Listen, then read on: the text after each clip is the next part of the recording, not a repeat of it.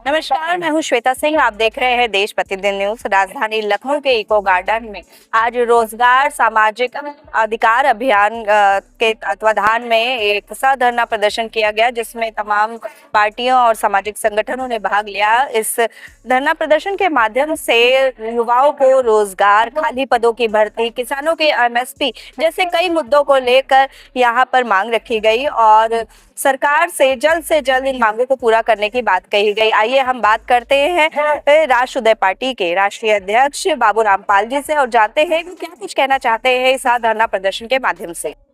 मैं ये प्रमुख मुद्दों को लेकर आपके जो ये सामाजिक रोजगार अभियान जो है उतर रहा है, इसको लेकर क्या कुछ कहना चाहेंगे? क्या अन्य पार्टियों इसको लेकर इनसे बातचीत हुई, मुद्दों को लेकर आपकी?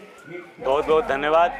यह जो सामाजिक जो है कि अधिकार कि हम लड़ाई जो लड़ रहे हैं, सभी लोग आज तमाम संगठन के लोग यहाँ पे अपनी आवाज़ हम उठा रहे हैं। तो हम लोगों ने अभी सत्र चालू हुआ विधानसभा सत्र, इससे पहले हम लोगों ने विपक्ष की पार्टियां, Samajwadi party, Bahujan Samajwadi party, Congress party को भी हमने लेटर दिया और हमने कहा कि भाई आज अति पिछड़ा समाज है जो कि हक अधिकार से वंचित है, रोजगार में, राजनीति में, शासन प्रशासन में इसकी भागीदारी नहीं है, तो इसको कम से कम ओबीसी आरक्षण में वर्गीकरण लागू हो, इनको हक अधिकार मिले, आगे बढ़े।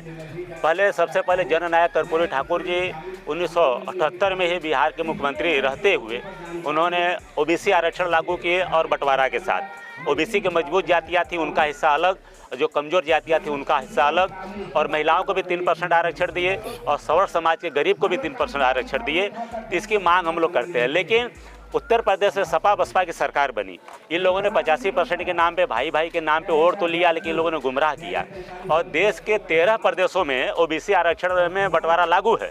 ये सबसे बड़ा प्रदेश उत्तर प्रदेश में नहीं है, तो इसका सबसे बड़ा जिम्मेदार समाजवादी पार्टी और बहुजन समाज पार्टी है और आज भारतीय जनता पार्टी है। क्योंकि भारतीय जनता पार्टी जब विपक्ष में थी तो कहा करते थे कि ओबीसी का सारा हिस्सा केवल एक समाज, यादव समाज खा गया, जबकि यह सरासर गलत था।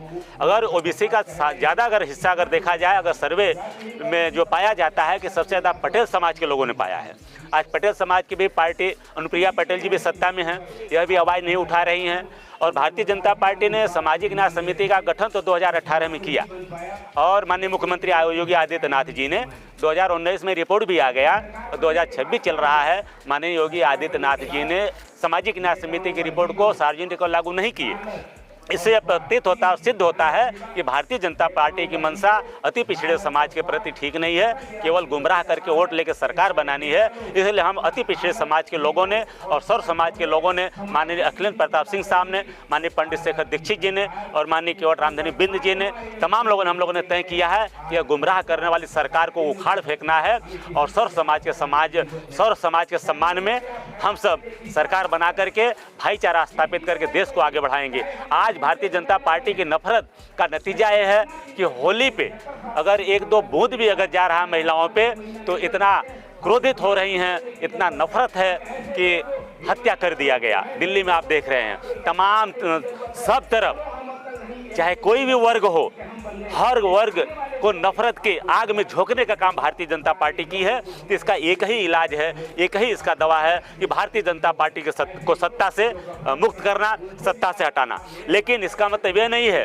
कि हम समाजवादी पार्टी या बहुजन समाज पार्टी या अन्य किसी पार्टी की सरकार बना दें, क्योंकि ये पार्टियां भी अति पिछड़ों के समाज को उतना ही गुमराह किया है जितना भारतीय जनता पार्टी ने गुमराह किया है। अभियान के अंतर्गत ये ऐसा धरना प्रदर्शन चल रहा है जिसमें कई मांगों को रखा गया है, क्या कुछ कहेंगे सर?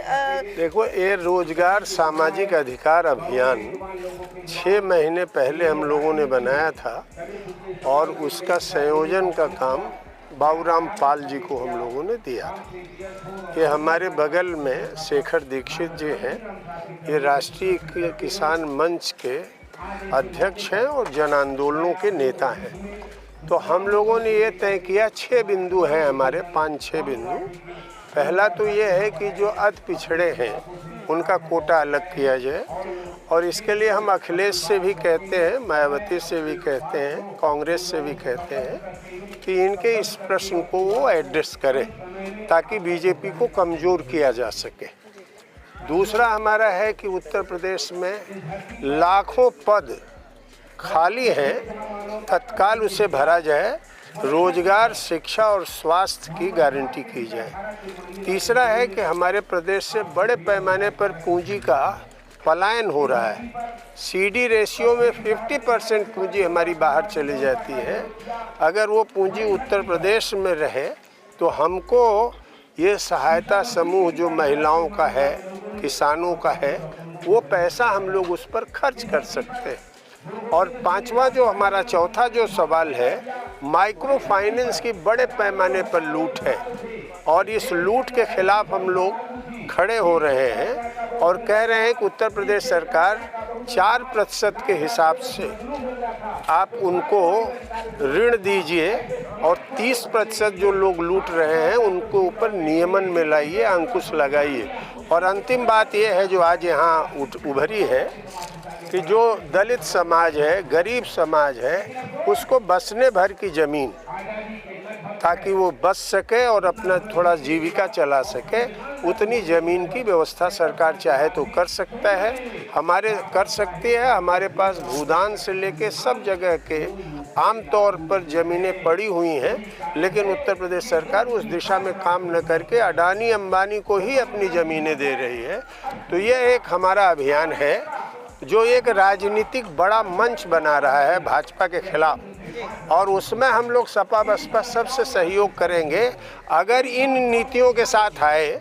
नहीं तो 2027 में यह जो मंच है ये खुद अपना चुनाव लड़ेगा, और अगर भाजपा यहाँ कमज़ोर नहीं होती तो उसकी सीधी जिम्मेदारी सपा और बसपा की होगी।